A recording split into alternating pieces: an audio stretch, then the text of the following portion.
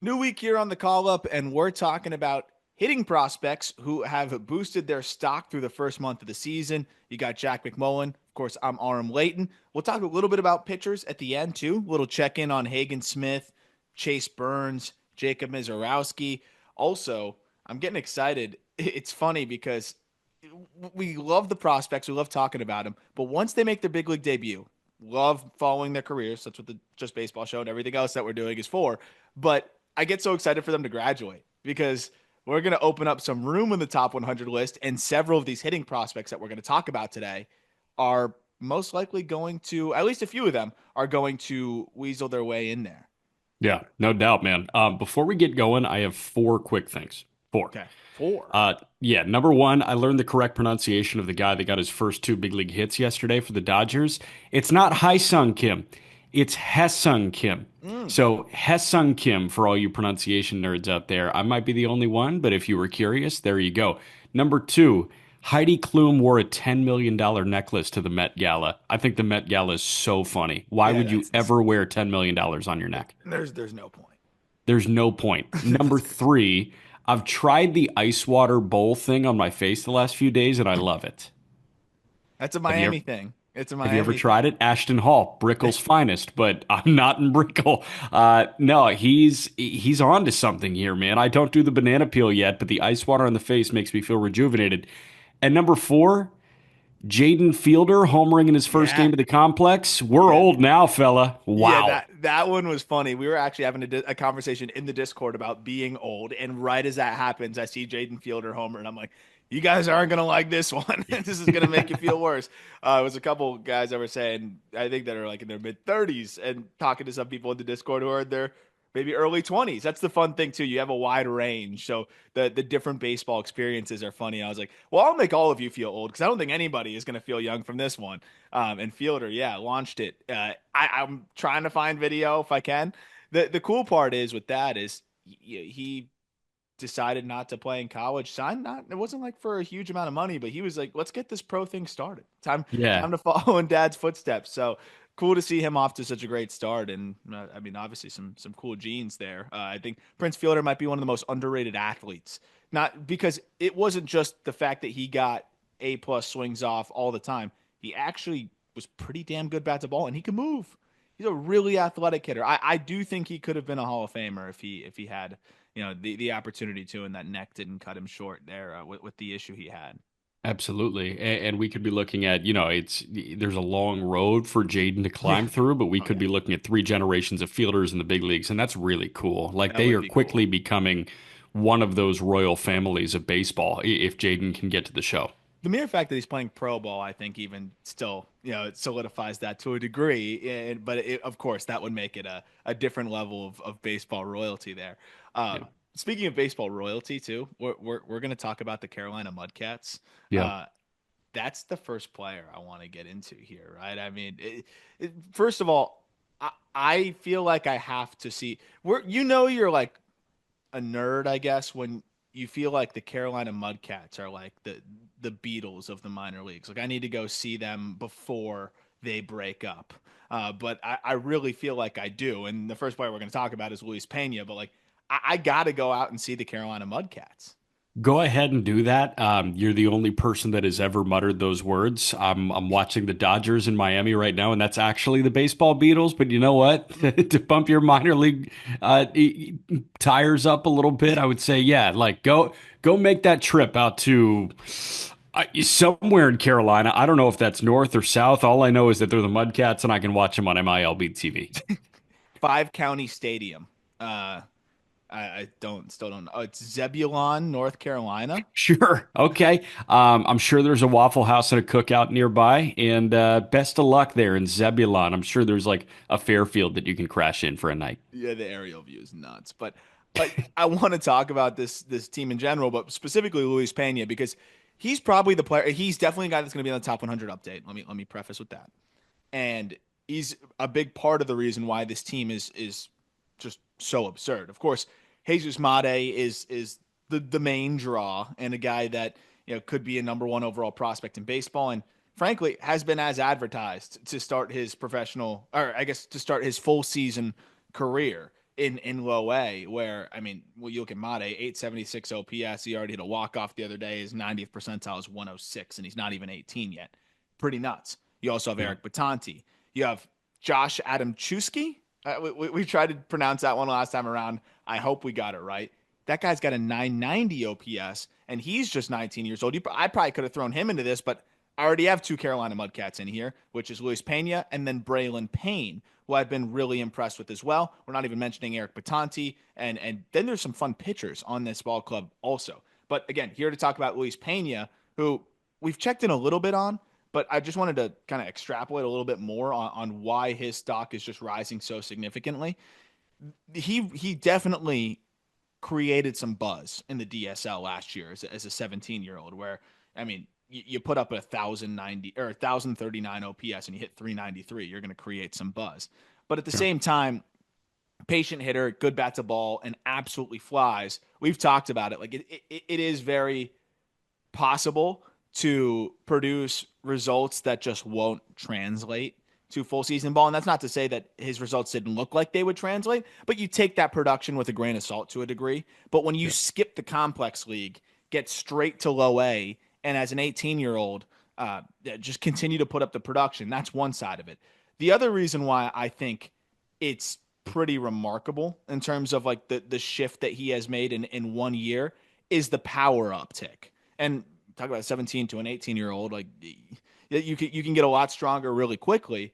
But you look at what he did last year. He only had one batted ball in the air north of 105 miles per hour, and so far I mean, I imagine he's played. I'm looking at the exact number right now. He's played 14 games Yeah. so far this year. He already has 11 batted balls north of 105 miles per hour. Wow. And I mean, that's in 14 games compared to a full 44 games that he played last year. So a huge jump in power, which I think when you look at a player of his archetype who's going to be bat to ball, get on base, and absolutely fly, that has to elevate him to a point where it's like, okay, could this guy be the next big breakout name at the lower levels as well? And if he's hitting for power, like absolutely. I know it's only one homer, but six doubles already too. Yeah. By the way, did you mention the other names? Louis Yin Alastre, did you mention that one? No, He's balling out. Louis Yin Alastre, 17 games hitting 311 with an 899 OPS. Marco Dingus, did you mention Marco no, Dingus? I didn't. He was the player of like the week down there, but he's the old man on the team. He's like 21. He's 21 years old. Okay, so he's 21 years old, but in 15 games he's hitting 400 and has walked 10 times and has an 1143 OPS. And then Filippo Dituri, did you mention him? Nope, didn't even get to Deterry. Filippo Dituri, 25 games, a 796 OPS. He's got 8 extra base hits and 21 RBIs in 25 games. This team is the best ever. They might be, and they've got like Josh Noth on the full season IL, who had a good Sure. year on the mound last year. Bryce McCage, like that's another guy that, I mean, great arm that I think is very intriguing. I mean, they're hitting. We talked about it. Like they're getting on base at a 397 clip as a team. Yeah. Well, and then who's this kid, John Holobets? I know he's 22 years old, but like They just he's they, they just uh they just traded him as the player to be named later in the Priester in deal. the Priester deal. Look at that. John Holobets, 31 punchies, 5 walks in 24 innings. The Red Sox cooked on that deal, man. Look at Um, this. but anyways, they had plenty to kind of delve out here, plenty of talent. I Yeah. mean, when you hear speedster, I mean, and the amount of bags he already has, he's 15 bags Pena. already this year, Yeah. Luis Pena. But I tell you that like he is ripping EVs way higher than he was last year. Like, does that not like make you just want to buy all the stock immediately? Like it's just one of those things where it's like, oh, it would be nice if he could do this, and you don't think he would immediately do that the next season, Yeah. skipping a level, mind you, Right. skipping a full level. I think those 2 points coupled with 6 punch outs and 70 plate appearances are what sells me. So you're giving me the EVs and you're stealing a bunch of bags. My main concern, and this is the 50th time I've brought this name up on the program, is Sam Hilliard. Like my main concern is you just have one of those toolsy guys that doesn't have a feel to hit. Like, oh, we could be looking at another Siri. Every organization in baseball has a couple Jose Series and Sam Hilliards in the minor leagues, Yep. but when you couple that with a great feel for the strike zone, that's when you start to get really fired up about Yeah. somebody. And that's Luis Pena. Well, and seeing it translate while skipping a level, because even guys that have great approaches and that are advanced for their age, that can very easily evaporate, even if it's temporarily, as you try to get your feet wet in a really difficult jump. Yeah. And for him to just kind of seem unfazed by it has been really cool. Just another batted ball shift kind of just thing to look at. And the article I wrote on this is linked in the episode description as well on all the hitters whose stock is rising in the minor leagues. But 34 batted balls, 95 plus miles per hour in 182 plate appearances last year. Through his first 66 plate appearances of 2025, Pena already registered 20 batted balls north of 95 miles per hour. So, Wow. I mean, it's just a clear shift in impact, and you wonder if there's even more in there. But this is a guy that I think is going to be consensus top 100 prospect by the midseason. Really? Yeah, You think he's the main breakout guy in minor league baseball right now? I think there's a strong case that he is. Yes. Him and probably Brandon Clark with the Red Sox. Yeah. Those are the two. Yeah, I would say so. Unless I'm forgetting somebody like of the obvious, I do think those two guys are the ones that are going to go kind of from, you know, barely on top tens, if that, to top 100. It's exciting stuff, man. Another guy that I do think will be top 100, but it's less from obscurity because he was a first round pick, is his teammate Braylon Payne. But Yeah. I just wanted to talk about him as well. 18 years old, by the way, until the end of the season, which is kind of crazy for a guy that was drafted in 2024. I think part of the reason why the Brewers loved him and the fact that you were able to save money with a guy like this is pretty fascinating. And I talked a little bit about it in previous episodes where he was a slash and dash guy when he was drafted, meaning it's kind of more spray the ball, use those wheels. It's probably going to be on the ground a lot, and maybe not a lot of pull side pop. And since being drafted, has kind of made some adjustments. And I know the Brewers have worked with him to use the ground more effectively, get into that base more, and you're already seeing it now. That he's still kind of getting comfortable with those adjustments, but the tools are ridiculous here. Where this is a bigger guy like than Luis Pena, where he's probably 6'1", 185 pounds, but he's wiry, strong, absolutely flies, can go get it already in center field, and then you're watching him flash the power. Now he's going to need to continue to progress and get more comfortable getting those swings off more consistently. But when you have a guy that was a slash and dash guy, out of the draft, who's a 70 runner, who has a good feel for the strike zone, and all of a sudden he pops a 111, which he said a 111 mile an hour homer to the pull side. Yeah. It's like, okay, that's in there. That alone is enough to kind of catch my eye and say, whoa, how much more can be unlocked here in an organization that has done a phenomenal job of unlocking more in their hitters? I'm excited about Braylon Payne. So when does the question pivot to how often can he get into that? So it's like, all right, that's in there, right? Now it's a matter of consistency getting to it. And I love the stolen base numbers right now. I love what he's doing in terms of getting on base right now. Like, is it when he's 20 years old and he's in high A or double A that you're saying, okay, I need to see a couple of 105s here? I think I think it's when he repeats a level, I guess, or gets to that If like that 20. happens. Yeah, if that Yeah, happens. Because then if he's not, then it's like, okay, well, maybe he's not fully getting into the power, but he's been so good he hasn't repeated a level. sure. So Yeah.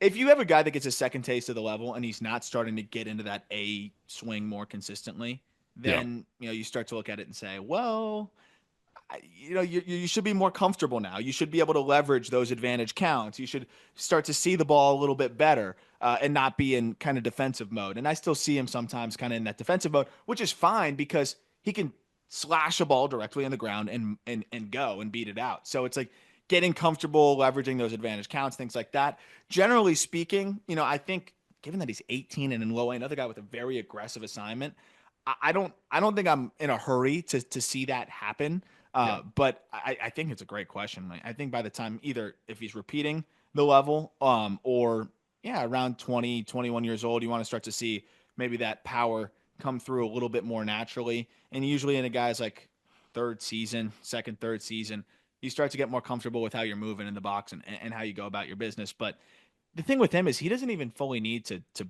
be that power guy. I think it's just Yeah. the mere fact that like if he's going to put the ball on the ground a little bit more, which I still think he ultimately will, Yeah. you have a much better chance of getting away with that. Of course, when you're really fast, but also when your 90th percentile exit velocity or your average exit velocity is above average. And I think Yeah. his exit velocities can be above average, which with his speed is a scary combo and can kind of make you get away with a 52, 53% ground ball rate. The only other question I have as it pertains to him, at this point for Braylon Payne, he's K'd 27 times in Mhm. 108 plate appearances, so that's a mid 20% K rate. It's not alarming because he's 18 years old and 25 is absolutely palatable, but when do your ears start to perk up a little bit? I mean, if it definitely you don't want to see it get any higher than that right now. Of course, if there's some times where it does, he's just working through it. He's 18 in low A, but I would say it also kind of shifts the idea of who he is, right? Like if that strikeout rate sticks at 25%, then let's go back to the first question and say, he probably needs to get into a little bit more power. Sure. Right. So, but if he's getting into a fair amount of power and starting to yank some balls to the pull side, but he's K'ing a little bit, I'll say, yeah, I'll take it. So I think it kind of depends on what his identity is as a hitter. And I think right now this year it's just feeling it out, and he's still probably learning, just like we are, what his identity is as a hitter. So as long as it's hovering in that mid 20s as an 18-year-old in low A, I'm not too worried about it, especially when you're offsetting it with walks. He's patient, so he likes to get into deep counts at times. Yeah. But he definitely needs to get better at hitting breaking balls, and that'll come, I think. But I think it kind of is dependent on how much power is he getting into, and what are the contact rates looking like overall. But um, that's the fun part because I think it's almost just a wait and see, then figure out exactly what the archetype is, and then go from there. But assuming that it's going to be more hit over power ultimately, definitely want to see that get down into the low 20s at least, and maybe a little bit below that. But I And think 25% as an 18-year-old through your first. I guess he played a little bit of low A last year, but through your first 23 games of your first full season, it is not too bad. But it is definitely something to watch because that can creep up quick. yeah, no, I mean, number one, it's fine. Number two, it's gonna get lower, and I would be willing to bet on that because pitchers are always ahead of hitters through the first month of a season. Like Yeah, especially at the low A level, pitchers are geared up, ready to go. Hitters, this guy's trying to figure out the ripples of pro baseball. So I would bet that this guy is getting more and more comfortable, and we see a hot May and a hot June, and here we are, and Braylon Payne has that K rate maybe under 20%. And then this is just kind of like a non-starter of a conversation. yeah, but it is a fun conversation, and it is interesting because it's like he could just put on 15 pounds. He's 18, grow Yeah. another inch, and all of a sudden he's punching a little bit more, but he's popping 113s. And it's like, okay, well, now we have this speed and power combo. I don't know if that, I don't think that's necessarily going to happen.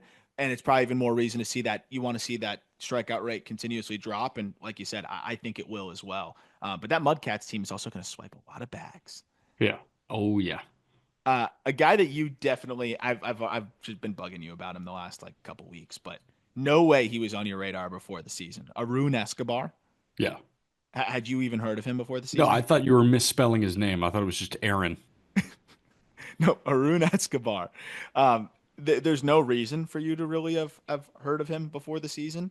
I guess maybe a little bit if you were tapped into the complex league before he got hurt, but He- for reference, he doesn't have a headshot on MLB's research tool. Like it takes a kind of different level of unknown for you to not have a headshot on there.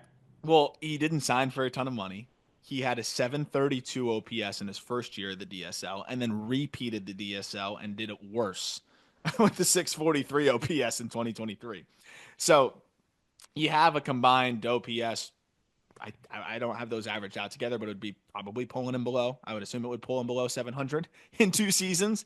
He was signed for 450,000, so it's not like a negligible amount. But you don't perform in 2 seasons in the DSL, like you're going to fall into prospect obscurity pretty quickly. Here. And then he gets to the Florida Complex League in 2024, made some adjustments to his swing, also just looked much more physical, and was awesome. 24 games, 338, 495, 481 slash lines, and 976 OPS. He probably would have boosted his stock had he been able to play the whole year. But because it was abbreviated, it wasn't enough to kind of shake out of that prospect obscurity to a degree, unless you're a Phillies prospect sicko. And he's just kind of floated into this season. I think Phillies brass internally is probably excited about his first full year, but he showed enough in those 24 games. By the way, it was shin splints in both shins Oy, is what cut his season short last year. Sounds terrible. that sounds horrible. So glad he's not dealing with that, hopefully. But he gets up to low A and carries that over. So that's also helps me buy into a 22 game sample right now in low A, where, by the way, he's hitting 333, 456, 583 for 1,040 OPS with 5 homers. So, Yeah. like, that's going to be great. But, like, 24 games where he was showing signs of heading in this direction last year, that's a 46 game sample now where you're seeing a tangible shift since he came stateside. And, I'm sure working out at the team's complex and just being able to have maybe different resources around you or different people looking over your shoulder or talking to you or showing you things, who knows, or just naturally getting more physical. He's like 5'10", 220 now. It's been really impressive. And I watch his ABs, man. He's a lot of fun to watch hit. He's a patient hitter. He's got now he's always had a good feel to hit. And that was the other thing. I'm sorry, I'm going along here, but the underlying batted ball data in the DSL wasn't even that bad. So it made it a little bit easier for me to buy into this too. I'll get into the three big figures in a moment, but like the batted ball data is super impressive and the swing is great. Okay. I've got nothing to add on him because like he wasn't on any sort of radar. That's kind of Clearwater why I was was going long. Yeah, no, I mean Clearwater was an interesting one, and like Clearwater as it stands right now, you would check in on a guy like Tait, and Tait's playing really well with an 809 OPS. I remember the Cam Newton recruiting story at Auburn. Like Cam Newton obviously had the laptop thing at Florida, and then he goes to Blinn Junior College in Texas, and Auburn goes on a recruiting visit to Blinn, and they're looking at a wide receiver, and then they realize that the quarterback is the one that they should Yeah. be looking at, and Cam wins the Heisman Trophy. I'm not saying that Aroon Escobar is a better prospect than Tait, but I haven't had the opportunity to tune into Clearwater just yet. I will because of Tait, and Aroon Escobar is a very nice like, oh, how about this guy, Yeah. huh? It was the way that it kind of worked with one of the guys in Rancho last year because we were checking in on DePaula and Zaire Hope, and then somebody else who went back to the White Sox in that deal. Oh, was it? Well, Heral Perez. Gerald Perez. Yeah. Gerald Perez was the guy that I was like, who is Yeah. Like this? he And then just it got turns some good out that swings he's off right there. Yeah. yeah, like it's like who is this? And then it turns out he's in the futures game and he's part of a big trade at the deadline. So, there are guys like that that just pop up and they're nice surprises. But Aroon Escobar, we were just a couple weeks away from me getting my first look on MILB TV at Aroon Escobar. I feel like. I'm sure you would have texted me and said, "Who is this cat?" Because like he's not missing. By the way, Rancho Cucamonga 2.68 team ERA so far this year for their starting pitchers, Wow. Wow. 30.5% K rate for their pitching staff. Uh, the fun thing with Escobar is he still is maintaining that feel to hit, and now you're seeing those exit velocities just jump. So he's more physical. He's allowing that bat speed to shine through a little bit more, and it's not compromising his feel to hit. We're small sample. We're working with 22 games here, but in zone contact rate 89%, hard hit rate of 54%. Now, this is not a big sample. It's 63 batted balls. But if you have, I'd imagine that's 35 batted balls probably, or let's say probably 34 batted balls that are north of 95 miles per hour out of the 63, something along those lines, 33 or 34. That is an absurd amount. So that's a guy that's just finding the barrel consistently. And I think the one thing is you want to see him, a player like him, elevate a little bit more. I also wonder, like, what the defensive home is. It's probably second base. But now you look at a player that looked like maybe a bench piece or whatever. Now it looks like he has the offensive potential to just slug his way into being an above average regular at second base if it all works out. Also, you mentioned trade pieces. He's probably a great trade chip for them as well because Yeah. they clearly don't want to trade Aiden Miller. They clearly don't want to trade Andrew Painter. You're not moving that guy. No. Justin Crawford is a direct need for them. and is Yeah. still hitting in AAA, by the way. That's going to be another guy where I'm just going to have to say, like, all right, I'm rewriting some of my rules. There's He's gonna exceptions. get up at some point. Like, man, he's gonna get up at some point, and we're gonna have a good time watching Justin Crawford. I think it's at some point this year. He could form this platoon with Rojas. I don't know what their Marsh plan is, but he's gonna be a big leaguer for the Phillies at some point this year. You want to hear something funny again? He's just doing it. 322, 390, 421 slash line for the kid in AAA. And just an awesome dude. I really enjoyed speaking with him on the show. But 61% ground ball rate. He says, "F your batted ball data. I'm just gonna put it wherever I want it, and Yeah, it's gonna work." yeah. And it has, and it just continues to work at each level. So it has been amazing. But given how direct of a need he is, it seems like Escobar could be that piece they end up dangling, and all of a sudden it's a guy that teams would be like, who? To a guy that could be one of the key pieces in a solid return. Yeah, man. And to your point, like they're not moving Tayit either.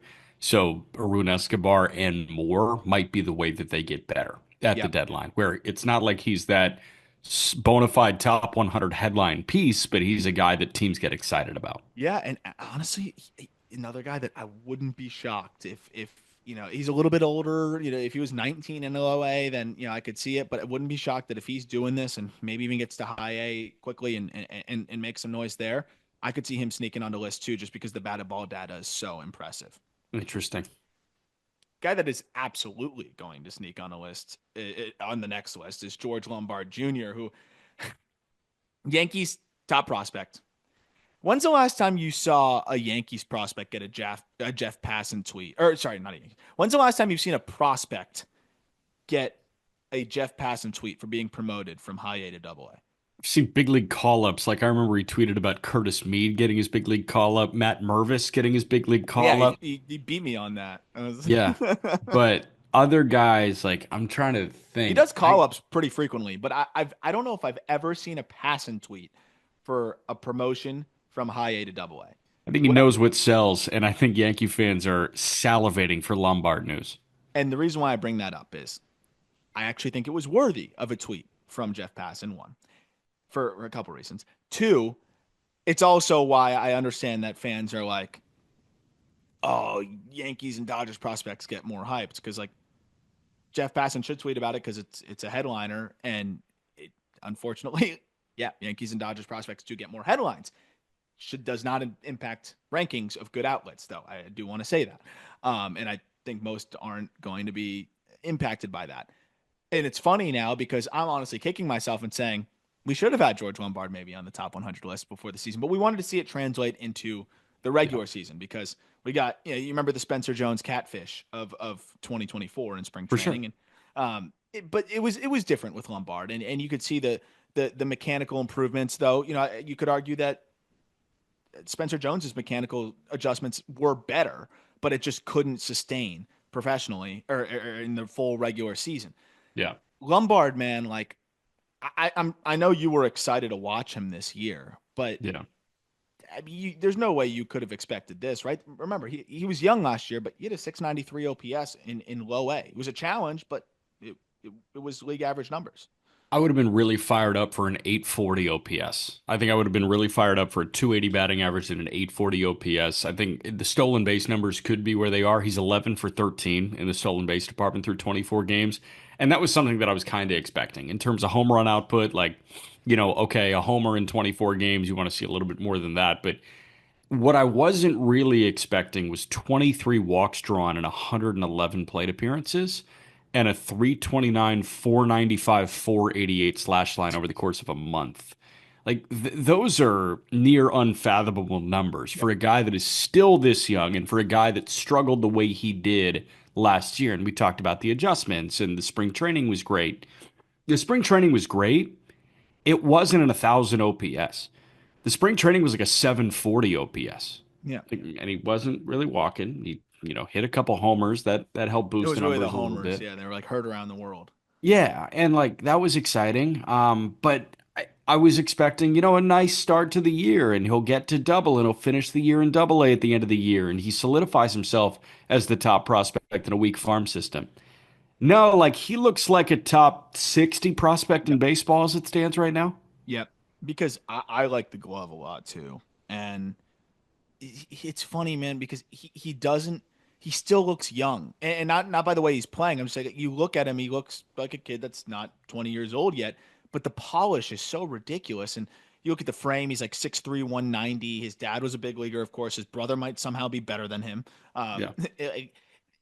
This is that similar conversation to like the holidays where you don't want to just jump onto the name. And of course, Matt Holliday's career is a little bit more ridiculous. But when you see the bloodlines and the impact that it can have on a player who clearly, I think, leaned on their father in a good way and utilized the resources and the information and just was a sponge.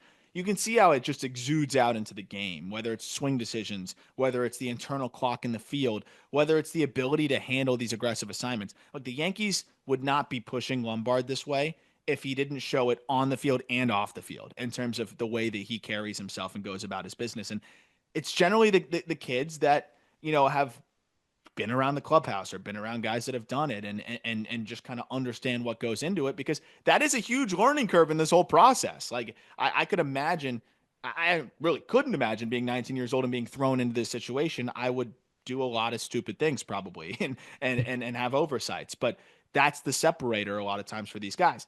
That the reason why I bring that up though is I don't think Lombard is near his ceiling in terms of just a physical athlete. He's got more room for strength. He's going to just kind of learn to use his body more consistently, better overall in his just swing mechanics, which we've already seen him make that big step towards. But I think he could also consistently do that a little bit more. And we're seeing him already as the season's progressed, more comfortably elevate the ball, more comfortably, I think, drive the ball in the air to all fields, but get into it to the pull side when he's ahead. All those things are just so impressive to me. And I just look at him. I don't know. Like when you see video, does he not very much still look like a big 19-year-old?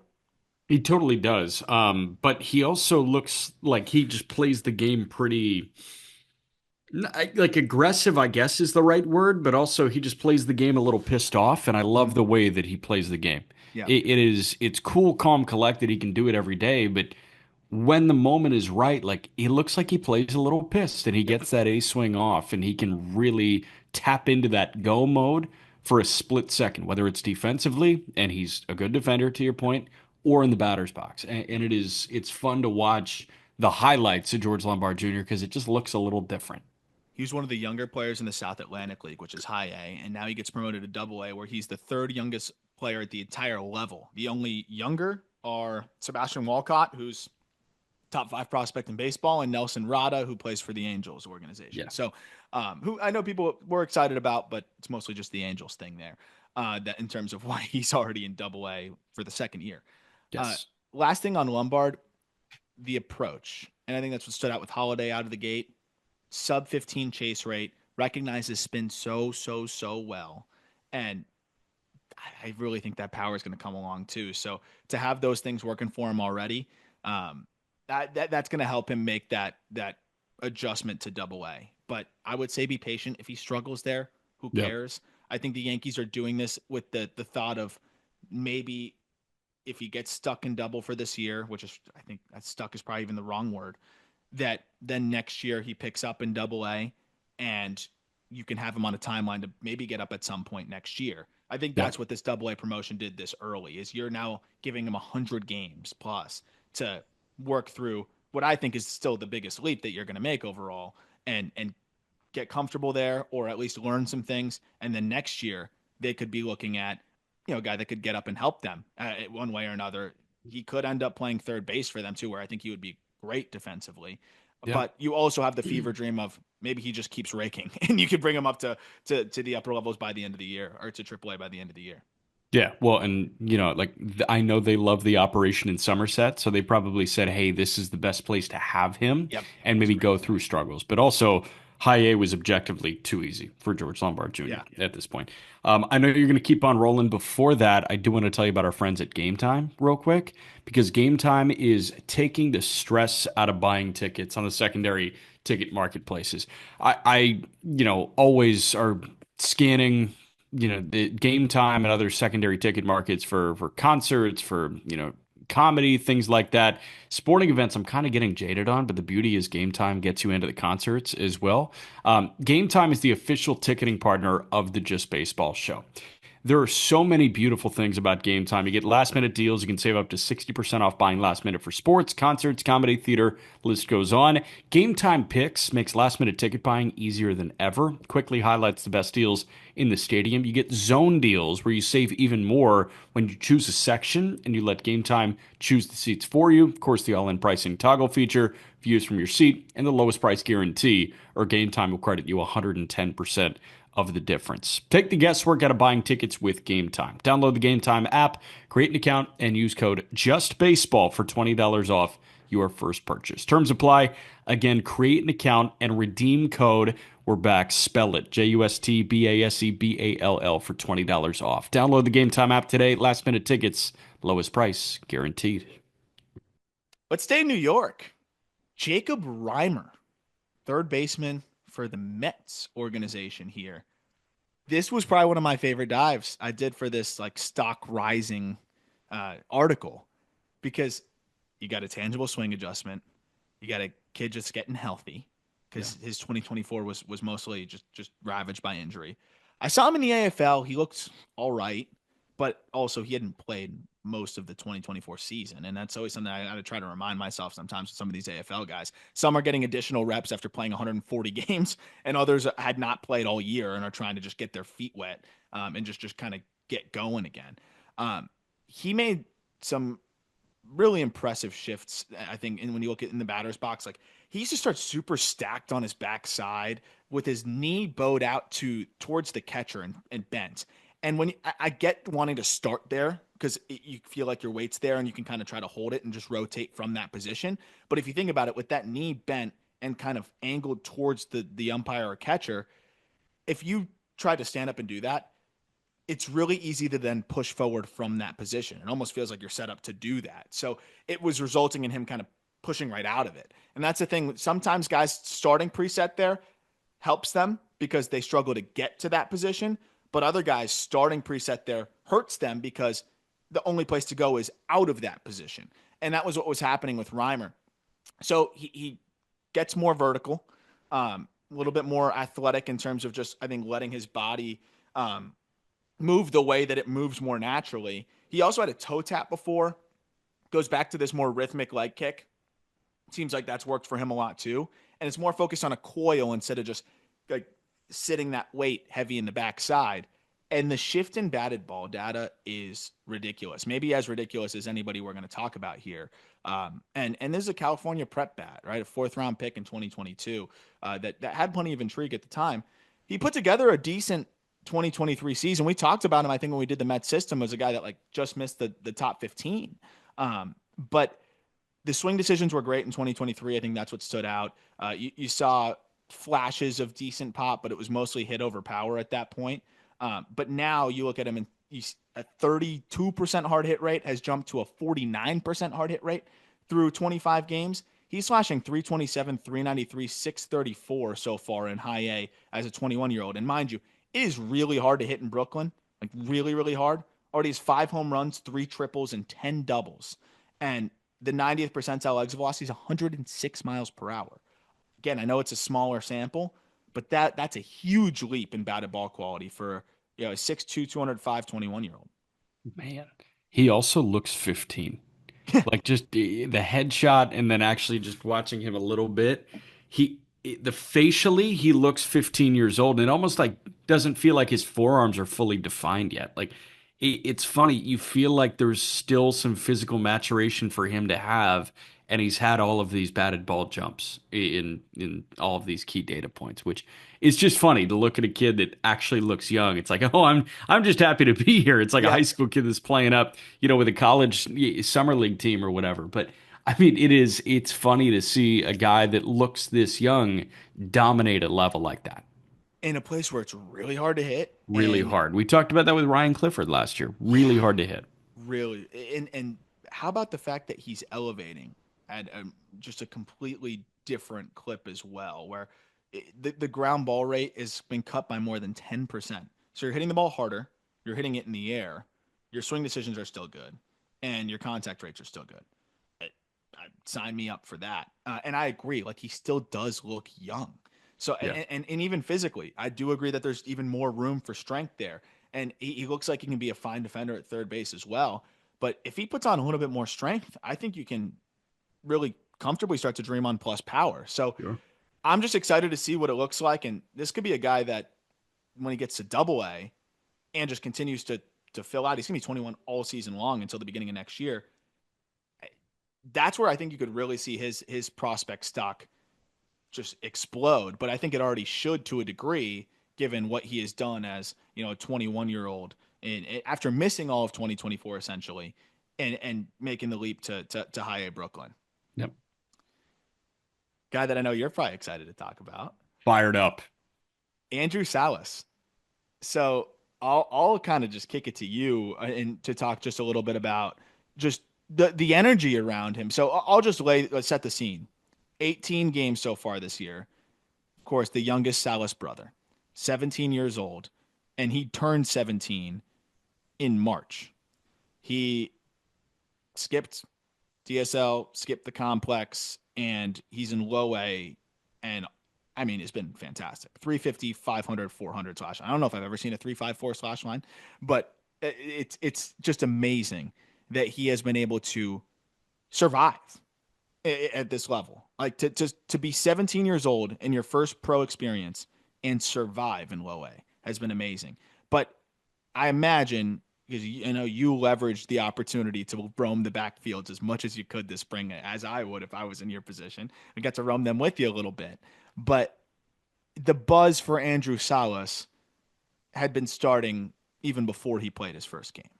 Of course. Also, Reese Stark, a very funny person on Twitter, said Andrew Salas posting the only 354 slash line I've ever seen. So you and Reese as well. But it's a funny one. They love him and they love what he can be. And obviously you have that Salas name attached, and we know what the deal is with a Salas, right? With a Jose, with an Ethan, you know that this is the kind of guy that like, hey, is just better than everybody else, the complex level and the low A level. And then you get to high A, double A, and it's like, all right, well, here's where you typically are. They're more mature than everybody at that point. But, do they have the ceiling to climb and become a major leaguer at 19 years old? The answer for Ethan in the Padres system is no right now. Like, he's not going to be a big leaguer at 19. And we were thinking he could be a big leaguer at 18 at one point. With Andrew, what people are so excited about is this guy has more to dream on, and he also has that floor that comes with a Salas Yep. in minor league baseball. And you're seeing a guy that is having very comfortable at bats. And in spring training, like he looked young, he looked like he was 16, 17 years old. But now all of a sudden, like he's gotten more comfortable and he's just Mm-hmm. quickly figuring things out on the fly. There's such a strong base built with a guy like Ethan and a guy like Jose. But with Andrew, you had that strong base, and then you also have quick development as well. And that is really cool. Well, and I think there's something to be said about being the youngest brother in a situation here where, you know, both his brothers have had success, both have faced adversity through the minor leagues, and just I'm sure being able to take and learn from that, get his work in with these guys each year that they're coming back from their first year in affiliated ball, second year, and going to these different levels. And then on top of that, yeah, there's just a little bit more, I think, projection for him. And you look at just the polish. He looks like he's the youngest that has been able to just kind of reap those rewards that even the older Salas brothers had because they got to train on a complex with their dad, who was a professional player who just had professional players around them all the freaking time. Yeah. But I love that you mentioned just like how quickly he is adjusted and acclimated. I watched him in live ABs. He swung a heavy bat because he was not even 17 years old yet, and there was points where it just 97 was getting on him, and it was a heavy bat. But the way that he was kind of going about it, and the way that the Marlins do it, and I know a lot of other organizations do it. I'm just not used to seeing the Marlins do it. With these live ABs, you have the pitch data in real time. Even some of the takes, where he walked or was rung up, then he'd go back and talk to him and see why he maybe thought that pitch was a strike and it wasn't, or whatever it may have been. So you're getting the pitch data and tracking and things like that. And just seeing him really lean into that at 17 years old was impressive. And speaking with the coaches, and I watched him take 10 different at bats, and I was just so impressed with the way he was going about his business. So with the added availability of info and data and just more hands-on aspects of the development here, a guy like Andrew Salas is going to reap the rewards of that. Whereas, I think in years past, you wouldn't have leveraged that advanced makeup and ability to play the game as well if you're the Marlins organization as you are right now. So that part has stood out to me. And what I love about this kid already is like he's not out there just trying to prove it by launching home runs because he knows he can't do that yet. He's Yeah. a kid. So Yeah. that's where like the power isn't fully there, but he knows he can still poke him into the gaps. He knows that he can get on base at a really high clip. And he's kind of playing like a leadoff scrappy guy. He'll drop the drag bunts down. His field of bunt already is so impressive, and that's a lost art.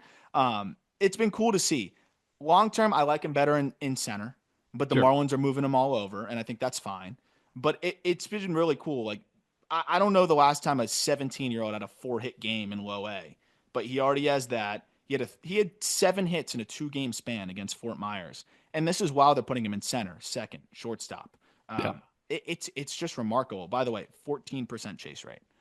He's a very good defender. I think a very natural defender wherever you put him. And it was only half a ball game, but watching Kaba and Salas play up the gut, like you start to close your eyes and think a little bit.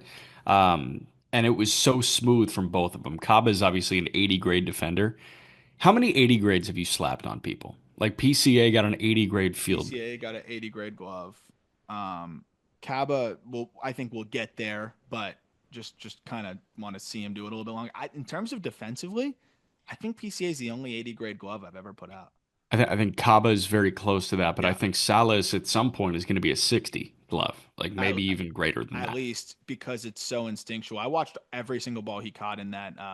What league was he playing in again? Was it I don't want to misspeak, but whatever league he was playing in, where he was by far the youngest guy, he was okay at short. It was great given the circumstances, how young he is playing with a bunch of grown men. But in outfield, he was just coasting, and it just seemed a lot easier for him out there. Yeah. I think it was the Mexican League. It was like what the Mexican Summer It's League. not on Baseball Reference. I have no I'm idea. pretty sure it was the Mexican Summer League. Cool. Bo Davidson. Did you get to see Bo Davidson? Hell yeah, I did. Fall League's finest. What do you remember about? Because there's one thing that stood out to me when I watched Bo Davidson. It's not necessarily a positive thing. I'm trying to remember if it was the same ABs that I saw, but like, what do you remember about Bo Davidson when you saw him? First team all batting practice. Yeah, His batting practice was a thing of beauty. He's a physical specimen. And then he got into the game, and I was like, whoa, elevated gas is going to blow him up, huh? you got it. Yeah, Yeah. he was swinging harder to try to catch up to it. But Bo Davidson was a JUCO guy who then took a year off of baseball, then played at another JUCO, then played 10 Coastal Plains League games where a Giants scout saw him, and credit to MLB Pipeline for detailing this, and saw Trent Harris, by the way, too, who's going to be a big league reliever for them as well, and signed them for a combined $60,000. So shout out that scout who's just cooking there in a part-time role. But the amazing thing with Davidson is very raw. Of course, they sent him to the fall league to get more reps. And then I watched the first 18 games this year because he's hitting 354, 407, 595 in high A. And the numbers were great in low A and limited sample. He struck out a decent bit in the fall league, but he made an adjustment, a very subtle one. But before he would load his hands back and like turn back, then he would load his lower half. It was two separate pieces. And I think that was part of the reason why he was just getting caught up in between and just totally out of sync, especially on high fastballs. Now it's one smooth, continuous move. This is a plus athlete. Don't get mechanical if you're a plus athlete, right? Like Yeah. let yourself be athletic. He's doing that now. And the power is still there. The field of hits there, and the swing decisions are better. It's only 18 high A games, but he's only striking out 18.5% of the time. He was striking out north of 30% of the time in the Arizona Fall League, and he was striking out around 25% of the time, I believe, in low A last year. You get these numbers from a guy who's got above average power, I think comfortably, is a plus runner and could either stick in center or play a really good corner. His stock's rising. Yeah. Yeah. And like last year, you just look at the sheer numbers and did he punch out a little bit for sure? But he also might not have been necessarily challenged. It will be curious to monitor, and the Giants kind of need everything going for him right now. In terms of farm stuff, like big league level, they are great, but in terms of what's going on the farm, it's Eldridge, and that's kind of it as Yeah. it stands right now. They have a couple of pop-up pitchers, but if Bo Davidson can become that guy, like in an organization in a farm system that is not great, who's to say he can't be the number 11 prospect in that organization if he continues this for another 2 months? I think he can be even better than that because the system, as you said, isn't great, and you have some defensive value. Now, I'd like to see him be involved in the base paths a little bit more. But Yeah. when you have that athleticism and just pop from the left side, and he hasn't slowed down. Last 5 games, he's got 10 knocks. Wow. So it's been cool to see only 3 strikeouts in that span as well. 3 hit game, 1 hit game, 2 hit game, 1 hit game, 3 hit game. Also, actually, if I extrapolate that even further, his last 7 games, 5 have been for multi-hit and 2 have been 3 hit games. I mean, he's dialed in right now, and he might be a candidate to get pushed to double. I think kind of quickly if they want to make up for quote unquote lost time, as he'll be 23 in July. Damn. I love it. We'll talk pitchers real quick in the last few minutes here, but before that, one more quick break. All right, I know you wanted to check in on Hagen Smith and Chase Burns. I wanted to check in. You were the one that sent me the text at 12:30, after midnight. It was like, "Hey, sorry for the late text, but we got to talk about Hagen Smith and Chase Burns." So Oh, that was me. yeah, don't push this on me. Okay, do you want to just scrap it? Don't you put that on me, Ricky Bobby. No, I want to talk about it because this You is want to just huge. I call it an win. episode? No, I win. Let's talk. Yeah, I was gonna say, geez, this is a positive for you. Um, Smith much better last time out, Yeah. which is encouraging. And I don't want this to be. I'm actually gonna ask you because I've been since this has mostly been an episode predicated on an article I wrote. I feel like I've been dominating the airtime here. Um, how concerned should White Sox fans be about Hagen Smith walking 18 batters in 23 and 2/3 innings? That's 18%. Let me add one more little footnote to that, though. He didn't throw much in spring training in front of people. Yeah. And there were some rumblings that the command was an issue in spring training. So, a couple of counters. Opponents are hitting a buck 43 against him, and he struck out 38 in 23 and 2/3. So those are two great points for Hagen Yes. Smith. Yes. Now, time to rain on the parade. I would be concerned. 18 walks in 23 and 2/3 innings. This was not a guy that was peppering the strike zone at will at Arkansas No. either. Like, No. this was a guy that started to lose the strike zone at points. And the reason that I sided with Burns over Smith at time of draft was I understand the crochet thing. Like, I understand that it's a unique slot from the left side and the stuff is loud and electric and the four seamer plays up. And he's got this cutter slider that just bears in on righties and works away from lefties. And it can be downright nasty. And he can be nasty with two pitches and he can K 15 in a given college start with two pitches. Burns has better feel for the perimeter of the strike zone, Yep. and when in doubt, he can put it over the heart of the plate. And obviously, you don't want to do that all the time because 99 will get hit out of the ballpark at the major league level if it's over the heart of the plate. But Smith at points, it feels like he gets so out of whack. Mm-hmm. And it's crazy to say that Chase Burns has cleaner mechanics than Hagen Smith Mm-hmm. because Smith looks lower effort, but at the end of the day, Burns does. He's just working at a quicker pace than Smith. So it's moving faster, it's moving more violent, but in terms of just pitching mechanics, you'd prefer if your 10-year-old threw like Chase Burns than Hagen Smith because repeatability is there for Burns. Right now, I think Smith has a repeatability issue. Yeah, I was gonna ask you what do you see with Smith? You cooked on so many different things there. I'm gonna try to pick one. Um, there's something about the timing, the arm timing, which is also why he's so disgusting. And this is the hard part about some of the pitching aspects of things because it's Yeah, like that thing that's throwing you off is also throwing hitters off. So correct. like I feel like the kind of late arm action is what, and then it being short is what makes him so hard to time up and see. But I also think it's resulting in his arm lagging too much at times, or him then overcompensating, and that's where you just kind of get these sprays. So there are some guys that just like the ball eats out of their hand. And Smith, again, he looks like very low effort. But I had a good conversation with the pitching coach of the Marlins, Daniel Moskis, and I said, "Can I ask you a non-Marlins question just as a dork?" And he was like, "Yeah, I love being a dork." I showed him a video of Chase Dolander. And I said, "How does this produce 99?" And he was like, "Dude, I spend so much time doing this, but at some point all you got to say is that guy's crazy and he just goes whoop and 99 takes off from his fingertips." And that's Hagen Smith. Like there's so much natural talent here, but you're right. Like the timing mess up for hitters is also the timing mess up for him. When you watch Hagen Smith deliver a baseball, it's not like the torso is feeding over that front knee when it's planting and then you're firing and the arm is following there. It's like he's kind of standing straight up and then it's like he's just whipping it like your dad is playing sidearm catch with you Yeah. and all of a sudden 96 is popping out of there with 18 inches of vert or whatever it is from a low release.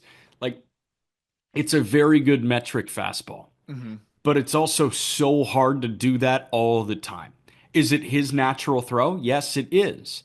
But there's something to be said about point A to point B mechanics that Hagen Smith just doesn't have right now. Yeah. So how do you get it back? It's not like Ethan Katz can help him. Like it's not like the director of pitching. Who's the director of pitching there? Is it They got Bannister? it's Bannister, right? Brian Bannister, I think. Yeah, like it's not like Brian Bannister can just say, "Oh yeah, just feel yourself over your plant leg a little bit more." That's not you Yeah. can't teach Hagen Smith like you can teach different guys. You can't teach Smith like you can teach Noah Schultz. Yep. Hagen Smith has such a unique look, and that's what made him a top 5 pick, but it's also what can walk 18 guys in 23 and Yeah. two thirds. What's interesting is the slider feel's been even a little bit better than the fastball. And the stuff is still so good. It's been as advertised. And I think going back to the original point of like the Burns versus Smith thing, I think I underestimated Burns' ability to develop his feel to pitch because I thought so high effort there.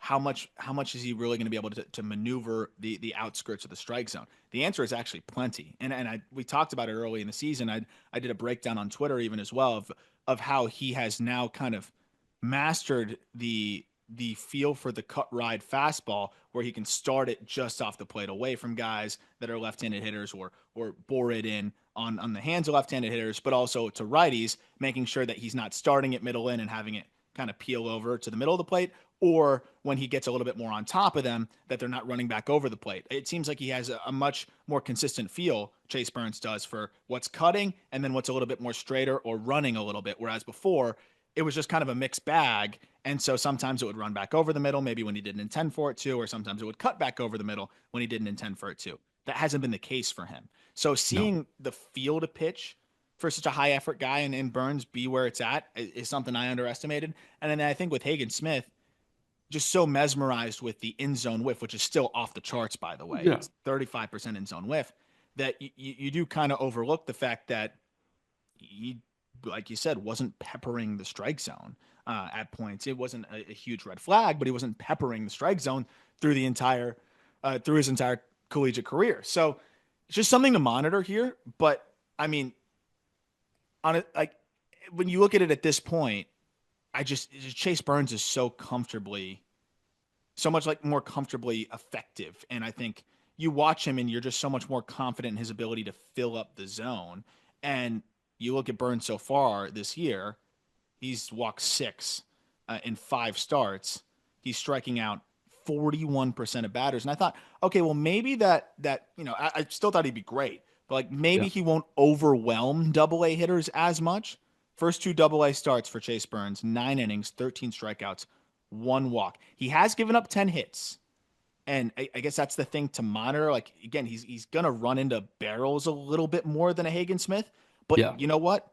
If you're not walking anybody, I don't care because I would rather see you walk nobody Yeah. and run into a few barrels and give up some solo shots than walk a bunch of guys and then have to do an escape act every single time. But I will say you are seeing Burns start to get hit a little bit more in terms Sure. of just hitters able to get to his stuff a bit more. But it doesn't Yeah. matter because once you get that single, he's going to lock in and pick you apart right now. Yeah, and maybe the thing that I didn't vocalize as much, like maybe because I didn't know how to vocalize it with Burns and Smith, but it's starting to materialize now, is Burns is going to get beat more by hitters, but he's not going to beat himself as much Yep. as Hagen Smith. And those are guys that I bank on being starting pitchers. Like Hagen Smith, obviously we're so early in the process, and I think he's going to be a very good major league starting pitcher. He is.